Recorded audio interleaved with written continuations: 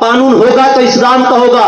یاد رہے آواز جہاں تک پہنچ رہی ہے عرب کی بات چل رہی ہے. حضرات ان لوگوں کو ڈر تھا کہ اب دین موسیٰ بھی اور دین عیسیٰ بھی ختم ہو جائے گا اگر آخری نبی تشریف لے آیا, اس لیے کہ عبداللہ کو مار دیا جائے, نہ بانس ہوگا نہ بانسری بجے گی. بس ہر وقت اسی تلاش میں رہا کرتے تھے کہ کسی صورت سے عبداللہ کو قتل کیا جائے, عبداللہ کو قتل کیا جائے. ایک مرتبہ ایسا ہوا جناب عبداللہ شکار کے لیے جب جنگل تشریف لے گئے تو حضرات 70 یہود و نصارہ ہتھیاروں کے ساتھ جنگل میں اسی تلاش میں کھڑے تھے کہ عبداللہ آئیں گے تو ہم ان کو قتل کر ڈالیں گے. جناب عبداللہ جب جنگل میں پہنچے شکار کرنے کے لیے تو اکیلے عبداللہ کو 70 یہود و نصارہ نے گھیر لیا اور دائرے کو تنگ کرتے ہوئے جناب عبداللہ کے قریب آتے چلے جا رہے ہیں. وہاں پر ایک دوسرے شخص بھی موجود تھے جن کا نام تاریخ میں باب بن مناف بتایا گیا ہے. حضرات باب بن مناف نے جب دیکھا کہ 70 یہود و نصارہ ہیں جو عبداللہ کو قتل کرنے کے لیے جا رہے ہیں تو حضرات باب بن مناف کہتے ہیں میں نے سوچا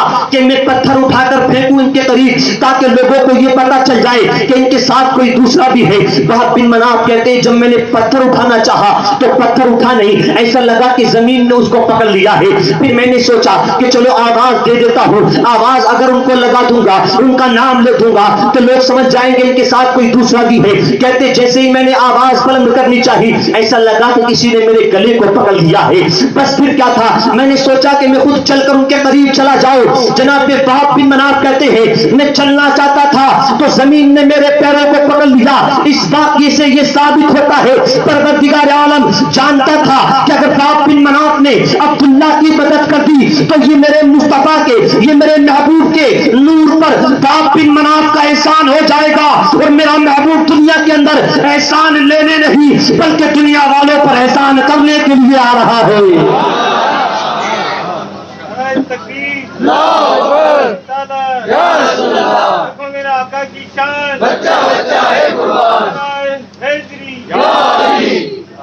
حضرات وہب بن مناف ان کی ایک بیٹی تھی, انہی کو ہم اور آپ بی بی آمنہ کہا کرتے ہیں, بی بی آمنہ کہا کرتے ہیں.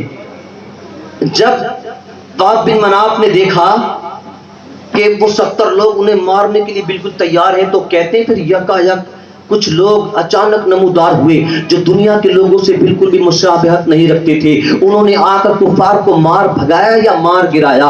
عبداللہ کی حفاظت ہو گئی. بس جناب وہب کے دل میں عبداللہ کی محبت گھر کر گئی. اپنے گھر گئے, خاندان والوں کو بٹھایا اور خاندان والوں کو بٹھانے کے بعد کہا تھا وہ جو سردار مکہ ہیں, وہ جو خانہ کعبہ کے متولی عبد المطلب ہیں, ان کا جوان بیٹا عبداللہ ہے جس کے ساتھ آج میں نے یہ معاملہ دیکھا. بس میں چاہتا ہوں کہ میں اپنی بیٹی کی شادی عبداللہ کے ساتھ کر دوں. خاندان والوں نے کہا تھا کیسی باتیں کرتا ہے, تیرے پاس تو چند بکریاں ہیں اور وہ بکریوں کے ریوڑ کے مالک کا بیٹا ہے, وہ خانہ کعبہ کے متولی کا بیٹا ہے, وہ خانہ کعبہ کے متولی کا بیٹا ہے, وہ مکہ کے سردار کا بیٹا ہے. بھلا وہ تمہاری بیٹی سے کیسے رشتہ کرے گا, بھلا وہ تمہیں کیسے رشتہ دار بنائیں گے. جناب باب بن مناف کہتے کیا ہوا, اگرچہ غریب ہوں, اگرچہ انہوں نے مجھے لوٹا بھی دیا, میرے رشتے کو ٹھکرا بھی دیا تو کوئی بات نہیں, کم سے کم عبداللہ یعنی عبد المطلب کے بیٹے کے ہاتھ مانگنے والوں میں میرا نام تو شمار ہو جائے گا. میں جاؤں گا ضرور, میں جاؤں گا ضرور. حضرات جناب وہب چلے ہیں میرے نبی کے بابا کے دروازے پر.